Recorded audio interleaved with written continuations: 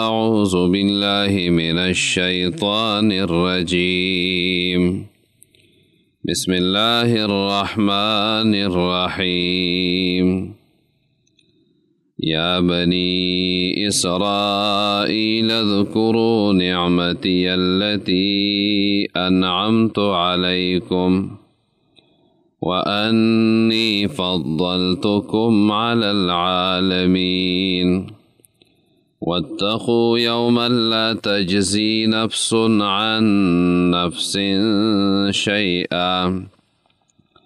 شيئا ولا يقبل منها عدل ولا تنفعها شفاعة ولا هم ينصرون وإذ ابتلى إبراهيم ربه بكلمات فأتمهن قال إني جاعلك للناس إماما قال ومن ذريتي قال لا ينال عهد الظالمين. زما د دین اسلام ډیرو قدرمندو عزتمندو مسلمانانو رونو او ډیرو عفتناکو پاک دامنو په خپلو کورونو په خپلو چاردیوارو کې با فرده ناستو خویندو میندو السلام علیکم ورحمت الله وبرکاته. د قرآن کریم د سورة البقره د ترجمه او تفسیر دا شروع دی او نننی زمونږ درس دی 122 نمبر آیت مبارکه نه 124 نمبر آیت مبارکه پورې. د دې نه مخکې 121 آیتونه مبارکه د هغې لفظي ترجمه او د هغې تفسیر او وضاحت دا مخکې درسونو کې بیان شوی دی. زه د دې آیتونو مبارکه او اوله کې لفظي ترجمه کوم او د هغې نه بعد بیا تفسیر او وضاحت طرف ته راځو. اللہ رب العالمین فرمائی یا بنی اسرائیل اے اولاد دا یعقوب علیہ السلام اذکروا نعمتی اللتی انعمت علیکم اذکروا رایات کئی نعمتی زما نعمت اللتی اغا انعمت علیکم چما انعام کڑیو پتاسو باندے وانی فضلتکم او یقینا ما غرکڑی وی تاسو علی العالمین پٹول عالم باندے پټول عالم باندې می الله وی غوره کړی وی واتقوا الله وی ویریږئ یوما د هغې ورځې نه لا تجزي نفس عن نفس شیئا چې بدله به نشي ورکولی یو نفس د بل نفس د طرف نه لا تجزي نفس چې یو نفس به بدله نشي ورکولی عن نفس د بل مجرم کس د طرف نه شیئا د څیزه ولا يقبل منها عدل او نبا قبول کړی شي د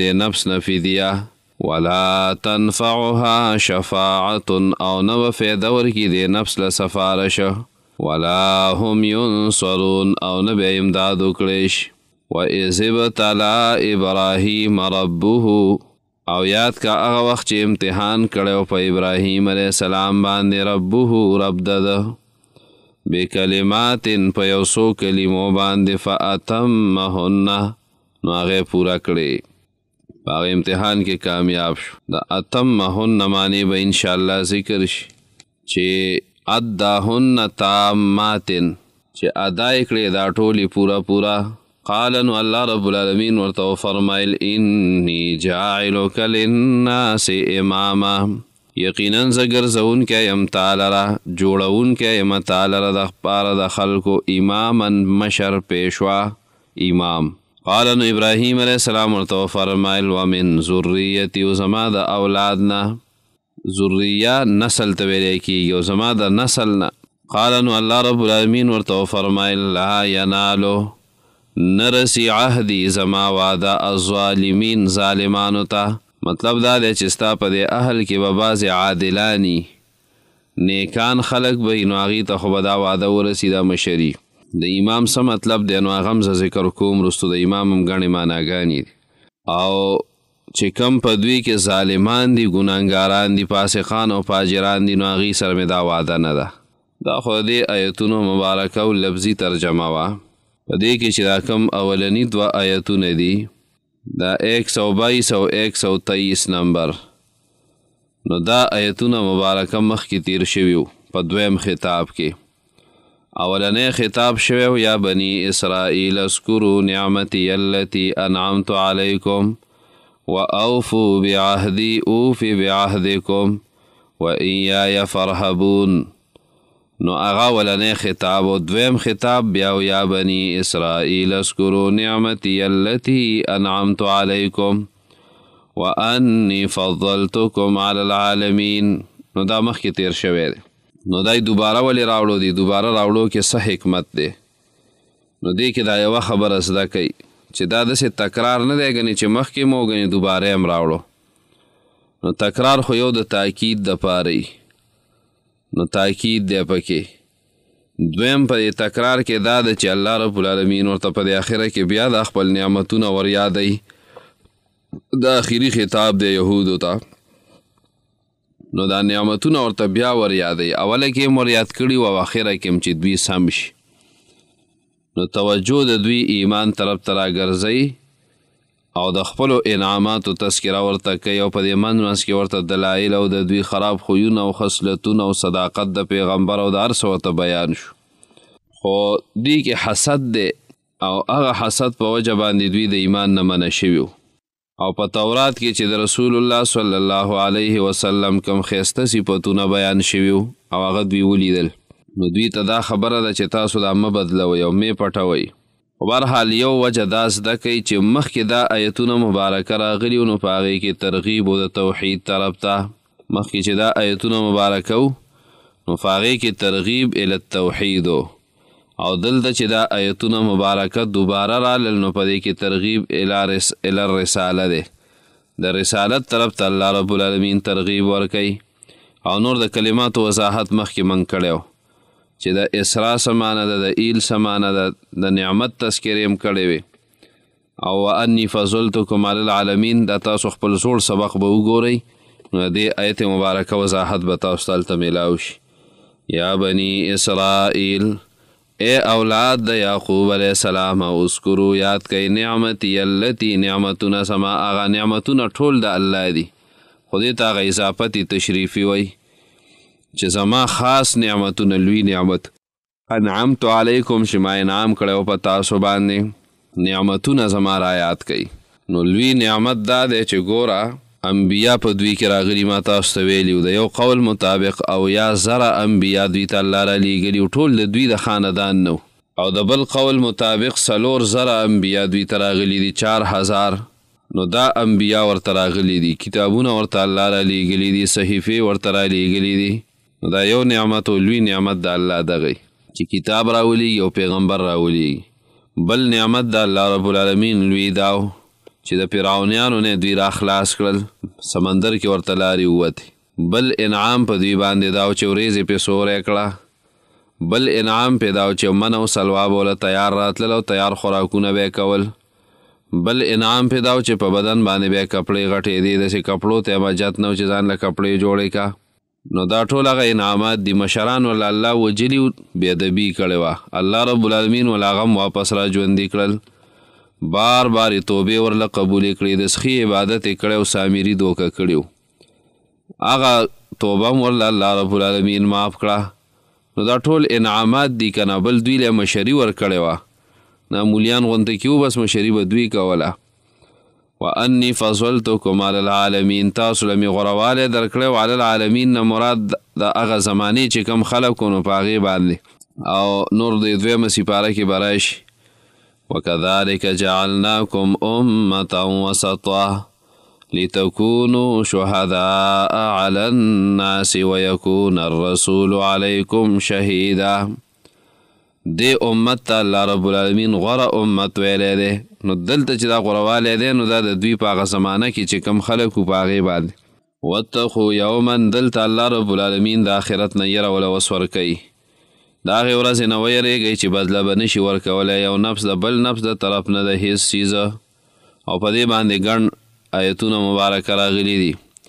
الله رب العالمین فرمایي یوم یفر المرء من اخیه، یو کس به د خپل ورور نه تښتي، و امه و ابیه، د مور نه به تختی د پلار نه به تختی وصاحبته وبنیه د خپلې ښځې نه به تختی او د خپلو بچو نه به تختی وفصیلته التي تؤویه او د هغه خاندان نه چې د پکې پناه اخیستې وه نو د دې ټولو نه به دی تیښته کوي لکل امرئ منهم یومئذ شأن یغنیه هر یو کس به په دغه ورځ باندې په داسې یو حالت کې چې دی بیا بې پروا کړی نو وجوه یومئذ مسپره ډېر مخونه په دغه ورځ باندې سي چې په دې باندې به ګرد و غبار راخور شوی وجوه یومئذ مسپره او وجوه یومئذ علیها غبره ترهقها قطره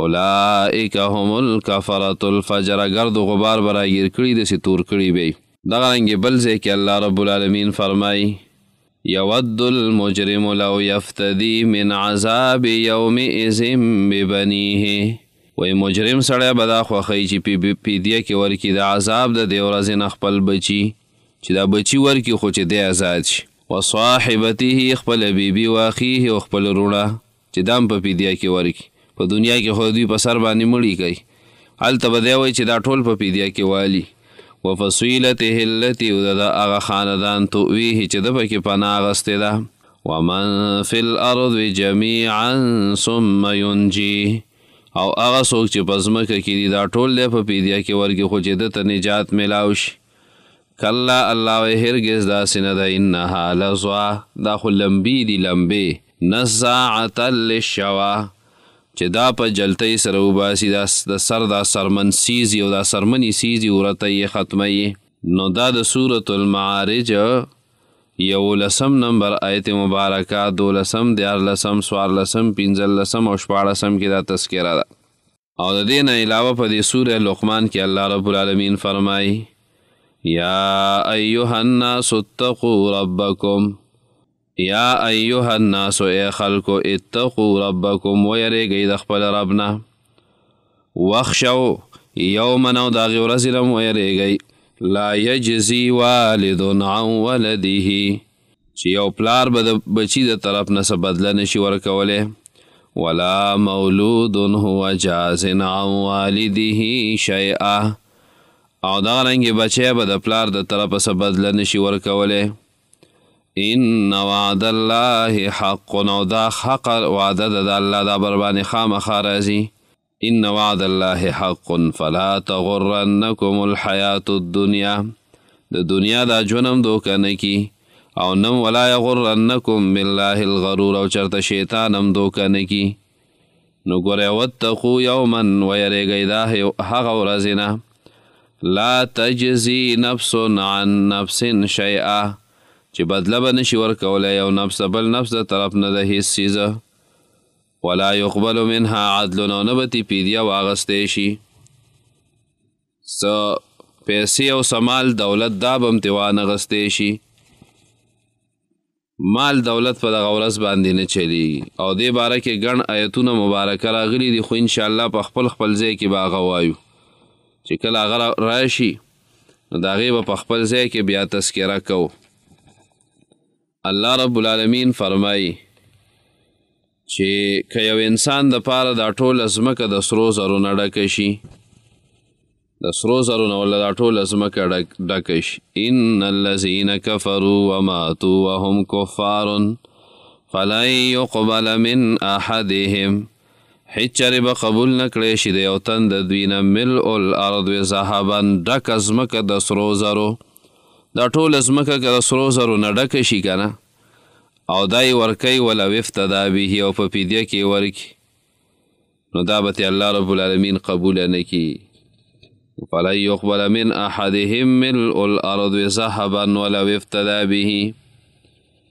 بل ځای کې الله رب العالمین فرمایي چې یو کس دی او د هغه دپاره دا ټوله ځمکه د ده شي او په دې کې چې دا څومره څه دي دا هم د ده شي او دومره ورسره نور شي ومثله معه نو لیفتدوا به من عذاب یوم القیامت ما تقبل منهم او دی دا په فدیه کې ورکوي چې د قیامت د ورځې د عذاب نه بچ شي خو الله وایي هلته نه ګوره بیا نه قبلیږي دا ټوله ځمکه چې د سرو زرو ډکې کې یو ځای کې وایي بل ځای کې وایي چې دا ځمکه او په دې کې چې دا څومره سامانونه دي، په دې کې سره زر دي، سپین زر دي، قیمتي کاڼي دي، مال دولت هر څه دا د ده شي او دومره ورسره نور شي، نو دی به دا په فدیه کې ورکولو ته تیاري. په دنیا کې خو دی تیار نه دی.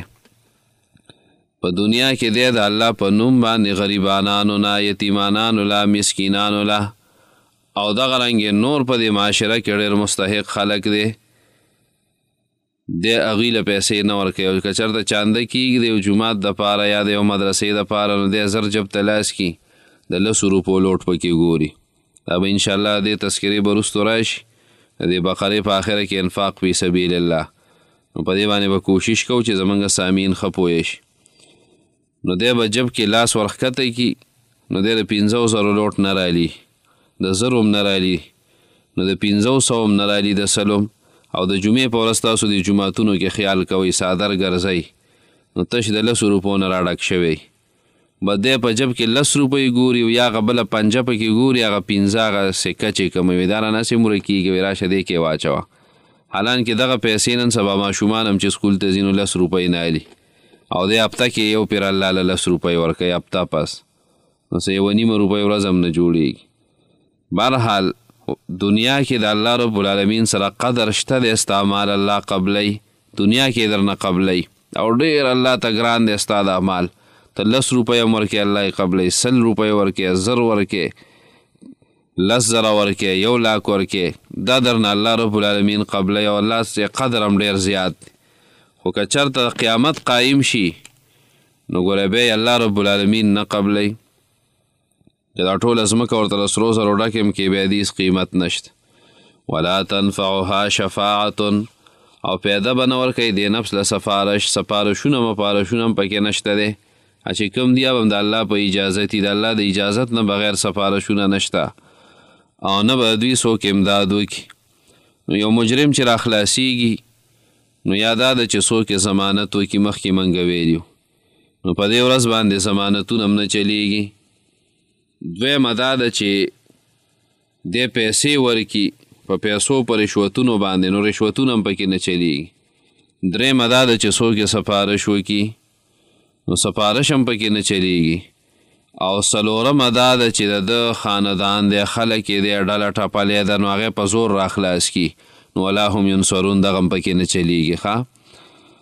نه هلته ضمانتونه شته، نه هلته رشوتونه شته دی، او نه هلته څوک د چا نه مجبوره دي چې سفارش به وکړي، او نه ډله ټپله چلیږي. بس څه شی چلیږي؟ نیک عمل. دنیا کې نیک عمل وکړه، د ګناهونو نه او د بدو عملونو نه ځان وساته، نو به ته به کامیابې.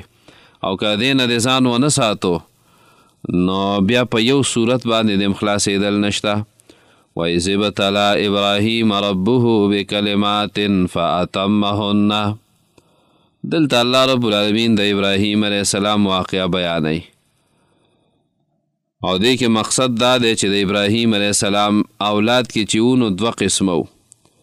یو بنو اسرائیل چې د اسحاق علیه السلام اولاد دی دا ټول، دویم بنو اسماعیل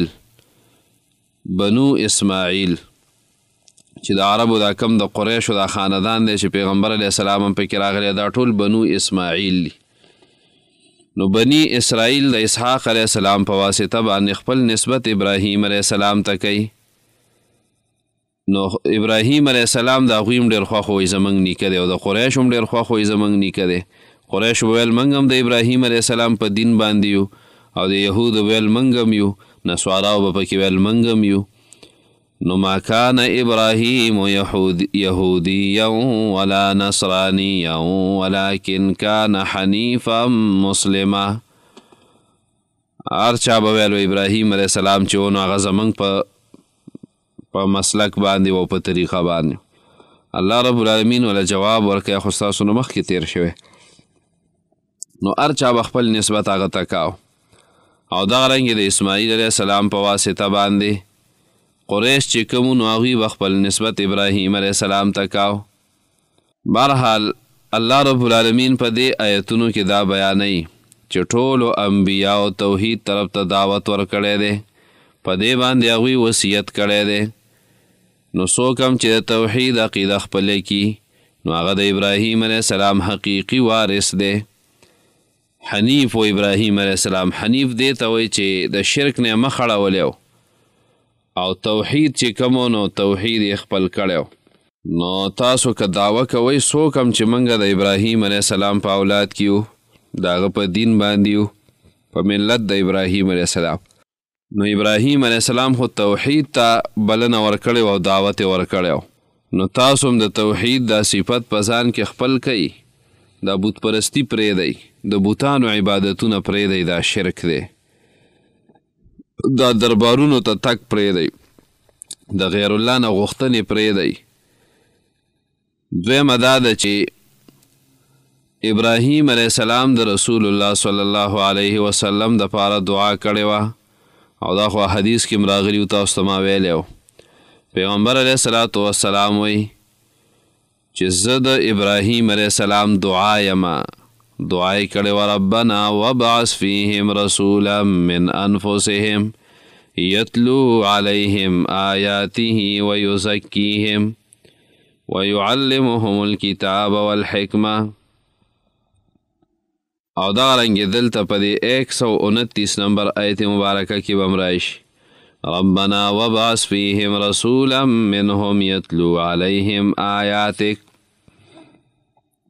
ويعلمهم الكتاب والحکمه ويزکیهم انک انت العزیز الحکیم.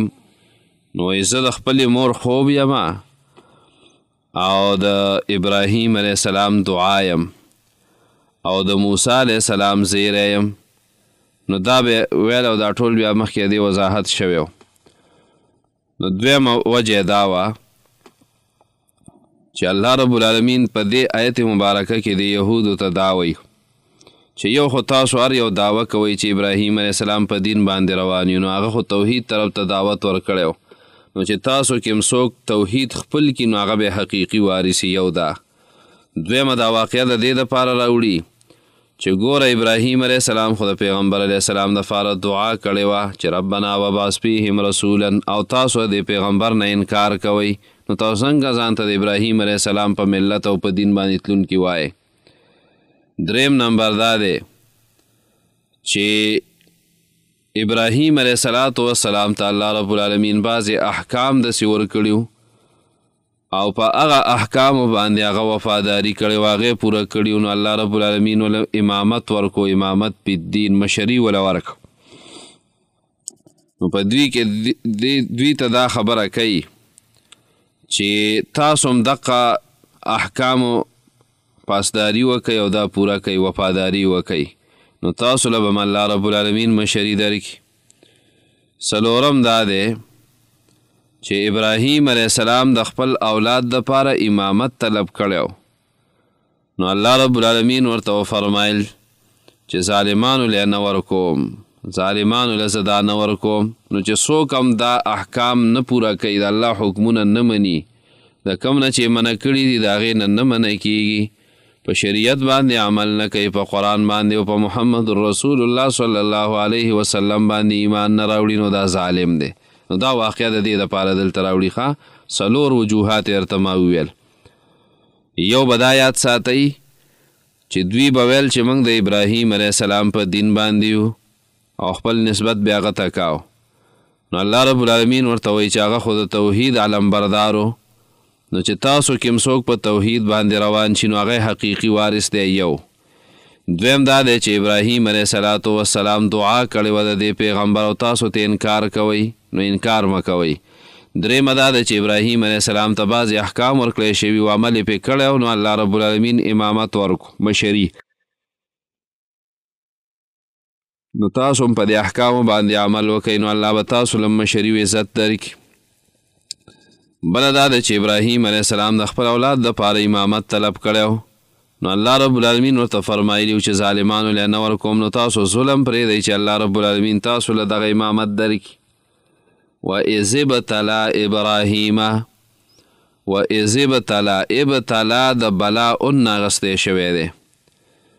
یو دا راځي په معنا د امتحان او حقیقت ښکاره کول، په معنا د امتحان باندې، او په امتحان کې هم حقیقت ښکاره شي که نه، داسې به یو کس ته وایي چې سم قابل دی او تکړه دی خو چې ته ته امتحان والې نو هغه له ټکې هم نه ورځي غوړ منګی. دویم ته به وایې چې دا پلانکی خو زما ډېر سخت جګري دوست مې دی ما سره ډېره مینه ده او دا بس دا زما سره قربانۍ ته تیار دی خو چې سبا له په تا باندې څه سخته راله څه مسله راله څه مشکل راغی نو که د پیسو ضرورت و نو دی له پیسې نه درکوي که د منډې تړلې ضرورت و نو دی به بیا په سترګو باندې ونه یینې او که چېرته چا څه د لانجه راله نو بیا به هم په سترګو ونه یینې چې تا سره کلک ودرېږي او ستا ملګرتیا او طرف وکړي. نو کله چې امتحان راشي نو د امتحان معنی ده حقیقت ښکاره کول.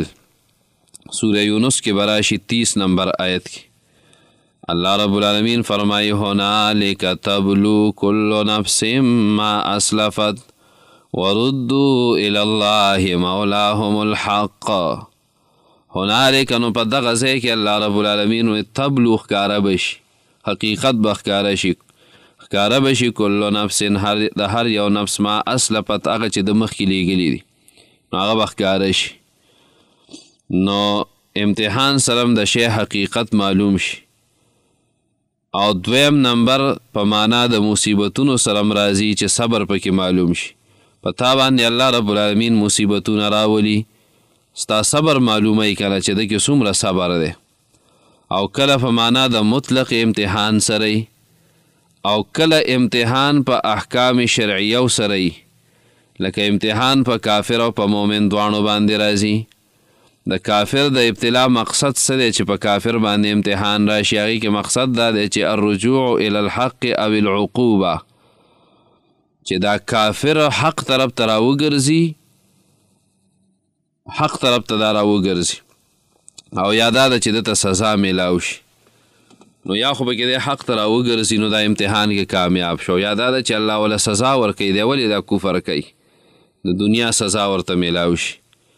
او د مؤمن د ابتلا مقصد دا دی چې تسبیت العباد معنی دا ده چې دا بندگان پکې د ګناهونو نه پاک شي. ای پتا بیماری راله او زه دا د خپلو اورېدونکو ته وایم ځکه موږ سره ډېرې زیاتې رابطې کوي ډېر مشران بیماران دي ډېر نوجوانان بیماران دي ډېر زمونږ خویندې ناجوړه دي ډېرې میندې مشران زنانه بیمارانې دي او دا بیماری داسې یو شی دی چې سړی کټ کې پروت وي خوراک هم پې بند دي دوایان هم خوري پیسې به هم لګي چېرته تلی هم نه شي نو دا انسان سم تنګ شي سم دا زړه داسې شي که نه نو الله خو د ټولو له شفا ورکړي چې دا زمونږ څومره اورېدونکي دي ناجو ټولو مسلمانانو له دې الله شفا ورکړي خو خصوصا هغه چې زمونږ اورېدونکي دي او د قرآن درس دی او زه به دا ویم چې زمونږ دوره تفسیري نو د سار نه د 4-5 غنټې هلته ما درس کړی د 12 پورې نو هغه درس هم بیا راشو دلته دا 2 غنټې ټیمي دې کې هم دا ټول دیني پروګرامي نو درسونه شوي دي او د دې په دې منځ کې موږ دعا کوو نو انشاءالله الله به زموږ دعاګانې نه رد کوي. نو د الله نه موږ سوال کوو چې الله څومره زموږ اورېدونکي دي او دې درس ته ناست دي نو الله دې دوی له شفا ورکړي او الله دې روغ جوړ کړي. خو بهرحال بیا هم که څوک بیماران دي او بیماري اوږده ده نو الله دې هغوی له صبر ورکړي چې صبر هم انسان له الله ورکړي نو هغه کار اسان شي. او دا یاد ساتئ چې تسبیت العباد د دې امتحان مقصد دا دی ګیلې شکوې مه کوه او صبر کوه نو چې ته دا کومه سخته تیری او کومه بیماري تیری په دې باندې الله رب العالمین ستا ګناهونه ختمی ستا نه دا ګناهونه داسې صفا کړي او لرې کړي چې بالکل ته به د ګناهونو نه او ګناهونه څه کوي چې د انسان درجې په الله رب العالمین په جنت کې اوچتوي. او تاسو ته ما هغه حدیث ویلی یو زنانه راله رسول الله صلی الله علیه وسلم له وایي د الله پیغمبره په ما باندې د میرګو بیماري د میرګي دي را باندې او دا میرګي چې را باندې راشي نو دې سره انسان وغورځېږي او لتې وی او لاس وی دې سره مې وی بدن ښکاره شي او زنانه یمه نو د الله نه سوال وکړه چې الله مې دا بیماري ختمه کړي. پیغمبر علیه الصلاۃ والسلام هغې ته یو 2 خبرې کوي وایي که ستا خوښه دعا به وکړم دا بیماري به ختمه شي خو که ستا خوښه ان شئت صبرت فلک الجنه صبر کوه بیماري به وي الله به درله جنت درکړي. نو هغه زنانه مخیاره وایي د الله پیغمبره جنت مې خوښ دی بس بیماري دې ته سوچ کوئ خو زمونږ یو بیمار دی او هغه ته که داسې خبره وشوه به وایي چې نه نه دا بیماري لري که نه هغوی ویل بیمارۍ سخته به هم تېره کړو خو چې الله جنت راکړي مونږ خو دنیا ته راغلي دی چې جنت وګټو چې په دې بیمارۍ باندې صبر زه کومه او الله پې جنت راکوي به دا بیماري ښه ده. ډېر داسې مشران دي چې د شپې خوب نه ورځي، ډېر داسې مشران دي چې د بلډ پریشر بیماري ده، ډېر د شوګر مریضان دي خواږه پې بند دي، او ډېر داسې بیماران دي چې د جوړونو بیماري د ډېرو زنانه داسې دي او موږ ته د دعاګانو درخواستونه کړي دي. نو اول خو ته الله نه سوال کو چې الله دا بیماري ته م لرې کا او الله صبر هم وله ورکه او الله درجې م پې اوچتې که.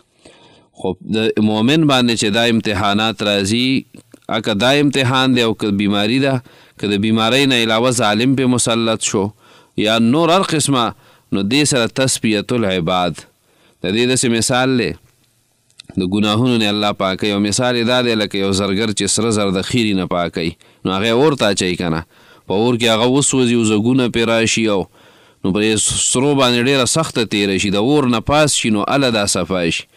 دغه رنګې مؤمن چې کله د ګناه نه پاکېږي نو دا به د بیمارو نه پاس کېږي، د مصیبتونو نه، د تکلیفونو نه، د حادثو نه. په بعضې خلکو داسې حادثې راشي سیلاب راشي ټول کور یې ویسي، بعضې خلکو باندې راشي سیلاب راشي 2-3 کسان 4 کسان رونه د یو کور پکې مړه شي، زلزله راشي د یو کور پکې 4-5 کسان شهیدان شي. دغه رنګې وبایي بیماری راشي د یو کور نه شهیدان شي، کوټه را پرېوځي شهیدان شي. دا امتحانات دي، په دې چې صبر وکړو الله درله جنت درکوي.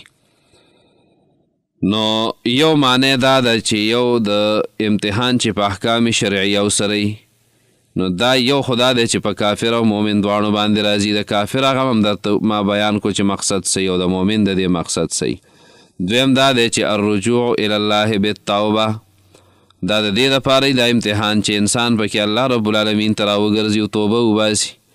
دریم نمبر رفع الدرجات، د انسان درجې الله اوچتوي.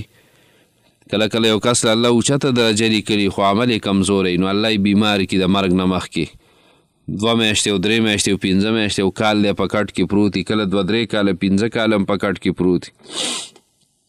نو په دې باندې الله درجه دومره اوچته کړي جنت هغه اوچت مقام ته ورسوي. 4 نمبر په امتحاناتو کې وایي کله کله الله رب العالمین د داعي زړه مضبوطوي. ته دعوت چلی او تا پسې خلک خبرې کوي او پراپیګانډې کوي او ستا مخه نیسي او څه کوي او څه کوي، نو دې امتحاناتو سره الله ستا زړه نور هم مضبوط کړي او سلې اوچتې شي، دې عادت شي د دې سره. او چې کله یو کس یو دا قسمه مسلې نه راغلي وړه مسله هم راشي نو په هغه سم قیامت او کله به کې عمومي فایده وي.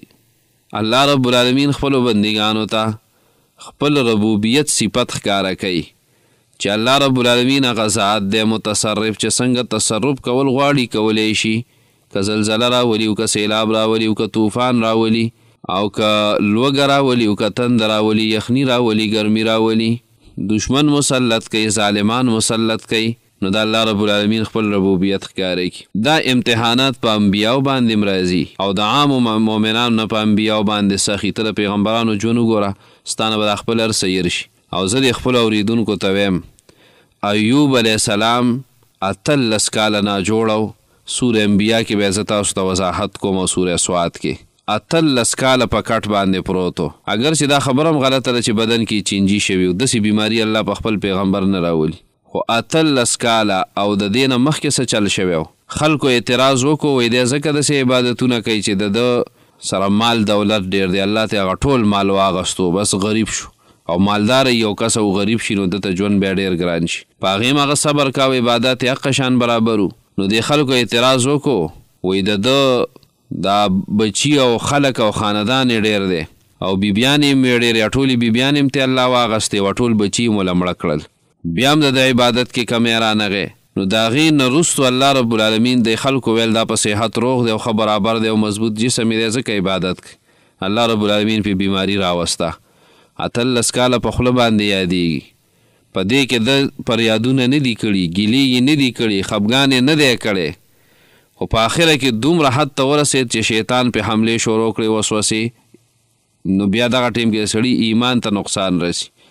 نو بیا الله ته سوال وکړو نو الله رب العالمین وله صحت هم واپس ورکو، مال هم وله واپس ورکو، بیبیان یې هم ورکړې او ښه ډېر اولاد یې هم ورکو. الله رب العالمین سره خزانو کې د څه کمی دی.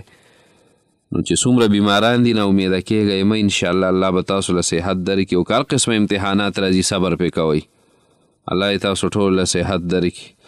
نو امتحانات دا په انبیاو باندې راځي او د انبیاو امتحانات چې نو دا د عامو انسانانو نه سخت دي. ابراهیم وایي ابتلا په ټکي باندې به تاسو پوه شوي یئ. د ابراهیم علیه السلام د واقعې په راوړلو په مقصد به پوه شوي یئ.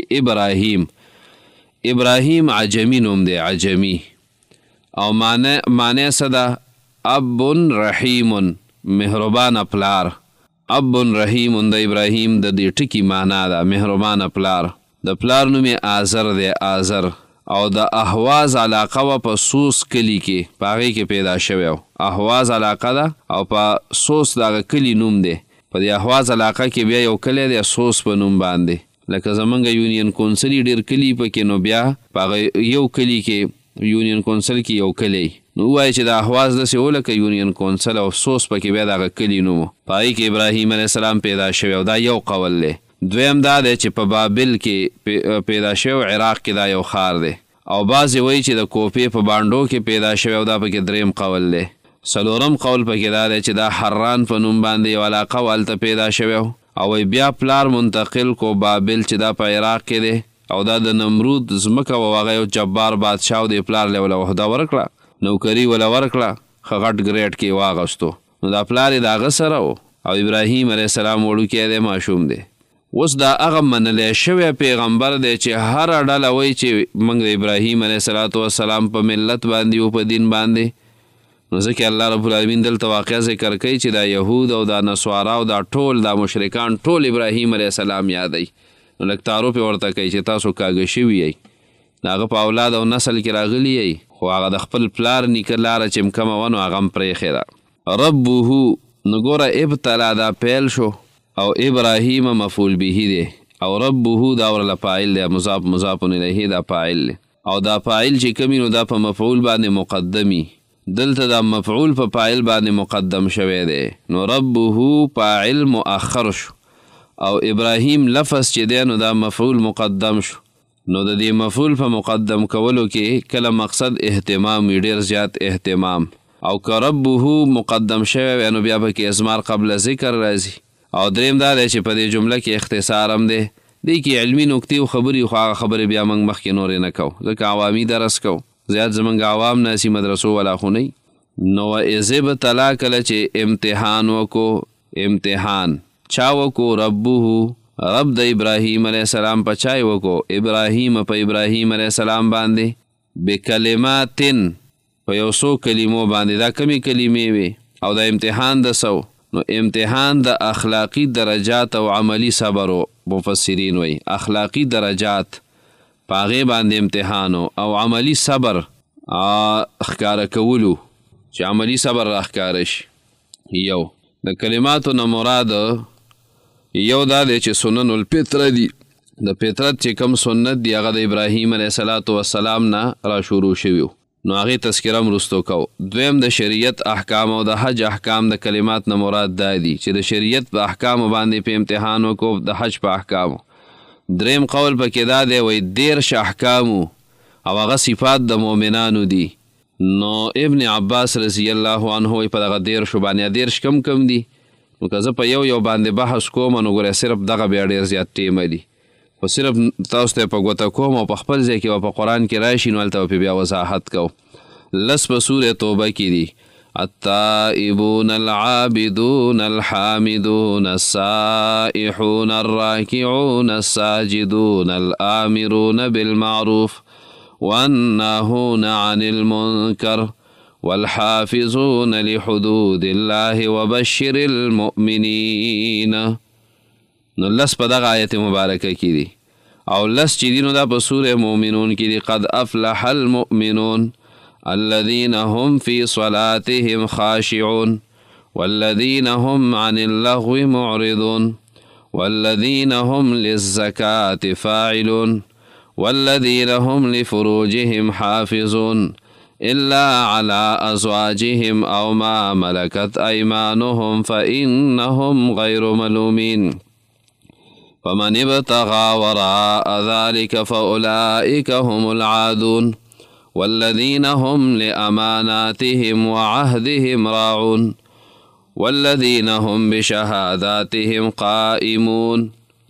نو دغه په سوره مومنون دا 13مې سپارې په د اولني مخ کې دا راغلي دي او لس د سوره احزاب کې راځي د 22مې سپارې په د اولنۍ صفحه کې ان المسلمین والمسلمات والمؤمنین والمؤمنات والقانتين والقانتات والصادقين والصادقات والصابرين والصابرات والخاشعين والخاشعات والمتصدقين والمتصدقات والصائمين والصائمات والذاكرين الله كثيرا والذاكرات أعد الله لهم مغفرة وأجرا عظيما. دا دیرش دی وی دا کلم دی دیرشو احکام باندې عمل کول دا امتحانو. سعید ابن جبیر رحمه الله وی دا دین مراد سبحان الله والحمد لله ولا اله الا الله والله اکبر وی دا تی مراد دی. پینزم قول پا که دا دی چې د کلمات ان مراد پا اسلام پا دین اسلام باندې مکلف کېدل او دین اسلام قبلول.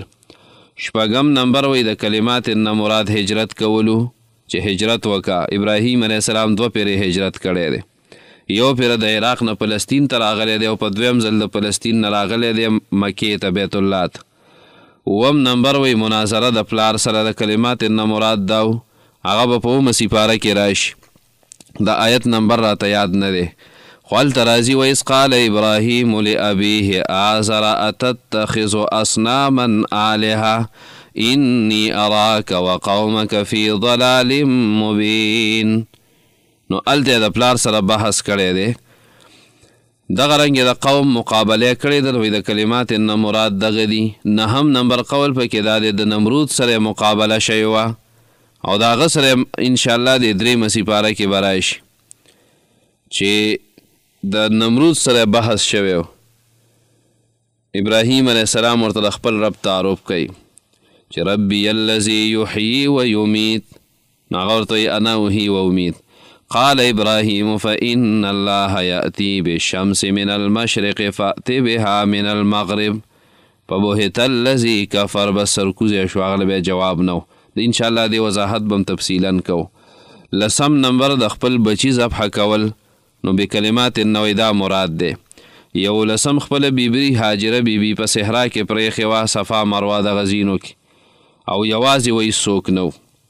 نو دا کلمات امتحان نه دا مرادو په یو څو کلمو. 12م دا دی چې اور ته ګزارل او 14م د بیت الله شریف تعمیر کعبه جوړول دام ګران کارو. نو دې ټولو کې ابراهیم علیه السلام کامیاب شوی دی. د ابراهیم علیه السلام خپل څه خصوصي صفات یو دا دی چې د 80 کالو په عمر کې خپل ځان په ترخص باندې یا په د سیز باندې په خپل ځان سنت کړی دی. نو دا سنت د هغه وخت نه رایت شوي دي ورا روان دي او دا اولنۍ ختنه وه. دویمه دا ده چې اولنۍ میلمستیا ابراهیم علیه السلام ورکړې وه. میلمه له اول د میلمستیا دا رواج د ابراهیم علیه السلام شروع کړی دی. نو دویم نمبر دغه. 3م نمبر دا دی چې د خپل بدن نه سیوا ویښته لرې کړي او دغه د فطرت خبرې دي. سنت او دغه شانتې د بدن نه سیوایي ویښته لرې کول او نکونه کټ کول. د اول نکونه ابراهیم علیه السلام کټ کړي. 5م نمبر برې تواړه کول او ګیره غټول دام د فطرت نه دي او اول چې ګیره سپینه شوې ده نو هغه ابراهیم علیه السلام دی. او 9م نمبر په منبر باندې خطبه ویلې ده. 8م نمبر اول من سره د سری ده. دا ماته روټۍ چې کوموي دا ماته په سالن کې ماته کې سرید دی ته عربۍ کې وایي او دا د عربو داسې خوراکو چې د ټولو خلکو خوښه خوراکو. و اول من ضرب بالسیف اول په توره باندې ګزار. و اول من استاکا اول مسواک ابراهیم علیه السلام استعمال کړی. و اول من استنجا بالماء اولنۍ استنجا چې په اوبو باندې کړې ده نو ابراهیم علیه السلام د وخت نه رایج ده. او اول من لبس السراویل دا ټول مفسرینو لیکلي دي. فاتمهن یعنی اداهن تامات دا ټولې پوره پوره ادا کړې. اداهن تامات فاتمهن کې وی فا راوړه مطلب دا دی چې سم داسې پوره کړې وي. او بني اسرائیلو باندې رد دی چې تاسو چونو چې راکوئ. قال انی جاعلک للناس اماما الله رب العالمین ورته وفرمایل چې زه تا ګرځوم د خلکو دپاره مشر. نو یأتمون بک فی هذه الخصال ویقتدي بک الصالحون. د دې خصلتونو کې به خلک تا پسې روان وي او نیکان خلک به ستا اقتدا کوي. تفسیر قرطبي دا معنا کوي چې دا خصلتونه داسې دي چې خلک به په دې کې ستا تابعداري کوي، ته به امام او نیکان خلک به ستا اقتدا کوي. ویقتدي بک الصالحون. خازن وایي چې یقتدا بک فی الخیر، خلک به په خیر کې تا پسې رواني. ویأتمون بسنتک، او ته به د دوی امامتی به کې، مشري به کې په سنتو په طریقو کې، وهدیک او په هدایت کې. والامام هو الذي یؤتم به، او ځکه امام هغه چاته وایي چې د هغه اقتدا کولی شي. امامت په یو څو قسمه دی. یو هغه دی چې الله رب العالمین یو پیغمبر ته پیغمبري ورکي. دا پیغمبري چې ورکي نو دا د امامت یو ډېر اوچته مرتبه ده. دویم دا دی چې د مسلمانانو خلیفه او مشر جوړ کړي، نو دا امامت دی. دریم دا دی چې د دین په کار کې الله رب العالمین یو کس مشر کړي، لکه د مدرسې محتمم دی یا بل. څلورم نمبر دا دی چې په درس و تدریس کې مشغوله کړي، دا امامت دی. ځکه د هغه څه شاګردان ناسي. محتمم د ټولې مدرسې مشري، او یو استاذ پکې چې کم شاګردان ورسره یې هغه د هغې مشر شو، د هغې امام شو. او په مانځه کې امامت کول د کلي او د جومات چې کوم امامي، نو دا ټول امام. اوس دا امامت حاصلیږي، پس امامت په دین د حاصلولو اسباب علماو لیکلي. ټیم مختصر دی، زه مختصر ویم. یو صحیح ایمان، دویم چې په چا کې نیک عمل یا العمل الصالح، دریم الصبر، څلورم الیقین، پنځم التقوا، او شپږم نمبر الخضوع، اووم نمبر د دنیا نه بېرغبتي، اتم نمبر د خپل نفس سره مجاهده کول، نهم نمبر دعوتونه چلول، لسم نمبر حقوق الله حقوق العباد ادا کول، یولسم نمبر د ظلم ټول اقسام پرې ښودل.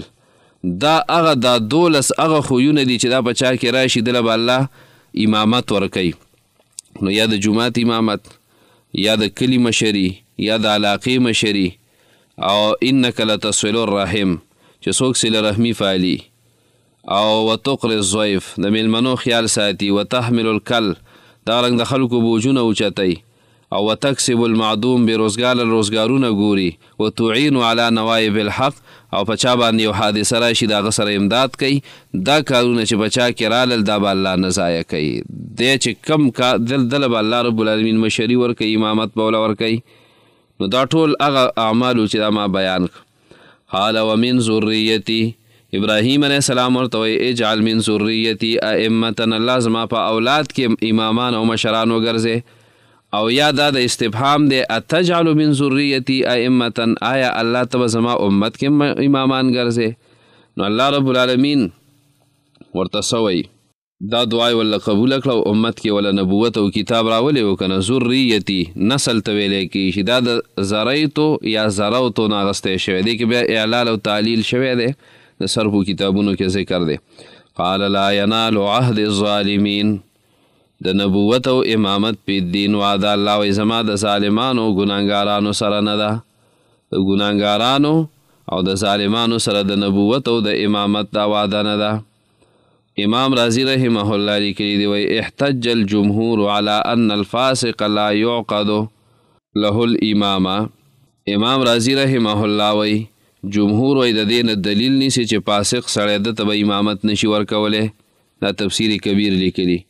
ابن کثیر و علامه قرطبی رحمه الله لیکلی وکل من کان ظالما لم یکن نبیا ولا خلیفتا ولا حاکما، هر هغه څوک چې دی ظالمینو دی به پیغمبرم نه، لم یکن نبیا دی پیغمبر نشي کېدی، الله نبوت نه ورکوي، ولا خلیفتا او نه به د مسلمانانو مشر جوړیږي، ولا حاکما او نه به حاکم او حکمران جوړیږي، ولا مفتیا او نه به فتوی ورکوي، ولا اماما للصلاة او ظالم سړی دی به جمع تم نه مخکې کې د مونځ دپاره به امام نه جوړی، ولا یقبل ما یرویه عن صاحب الشریعت او نه به قبلولی شي ما یرویه عن صاحب الشریعت چې دی روایت کوي د صاحب الشریعه نه، نو هغه به هم ترې نه قبلیږي.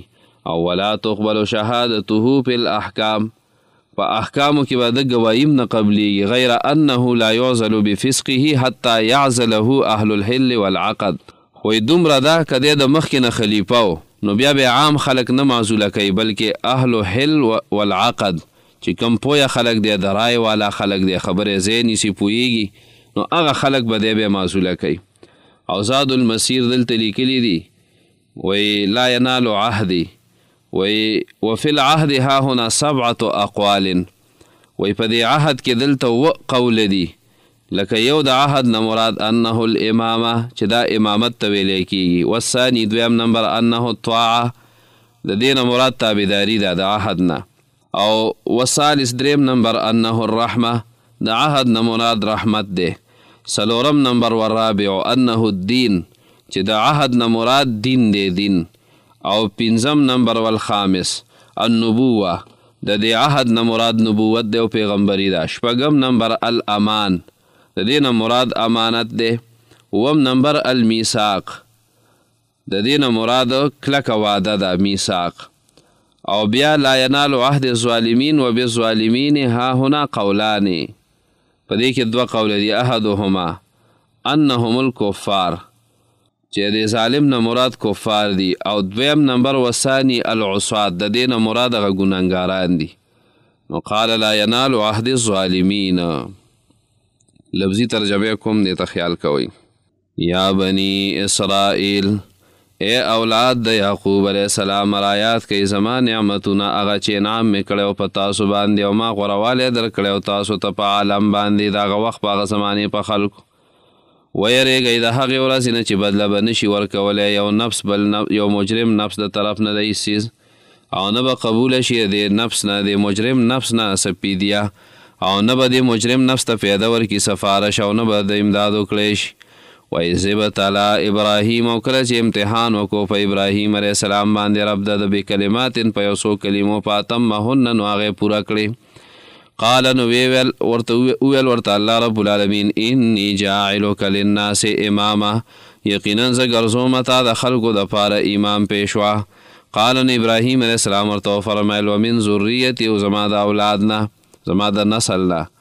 قال نو الله رب العالمین ورته وفرمیل لا ینال عهد الظالمین نه رسي زما واده ظالمانو ته. په دې کې به بعضې ظالماني. په دې ځای باندې زمونږ نننی درس اختتام ته رسي. دعا وکئ. اللهم انا نسألك الهدى والتقى والعفاف والغنى رب اجعلني مقيم الصلاة ومن ذريتي ربنا وتقبل دعاء. ربنا اغفر لي ولوالدي وللمؤمنين يوم يقوم الحساب. ربنا اغفر لنا ولإخواننا الذين سبقونا بالإيمان ولا تجعل في قلوبنا غلا للذين آمنوا ربنا إنك رؤوف رحيم. ربنا هب لنا من أزواجنا وذرياتنا قرة أعين واجعلنا للمتقين إماما. الله ستا د کتاب ستا د پیغمبر صلی الله علیه وسلم د احادیث او ستا د دین پویه منګ له راک. الله د عمل توفیق فی راک، نورو ته د رسولو توفیق منګ له راک، او ستا د دین خادمان هم الله جوړ. زړونه په الله صفاک، مشکلات او پریشانونه مسات او ګناهونه الله معاف ک. زمونږ چې څومره اوریدونکي دي الله ټول مشکلات حل کا، پریشانی یې ختم کا، د بیمارونو وسات. الله زمونږ مردگان وبخه، او الله زنکدن قبر آخرت دې مرحلو کې کامیاب کړه، ذلت او رسوایی نه پکې وسات. او الله د حوض کوثر وبم ستا د حبیب د لاسونه نصیب کو. په آخره کې الله دا کلمه په جبه که چې لا اله الا الله محمد رسول الله.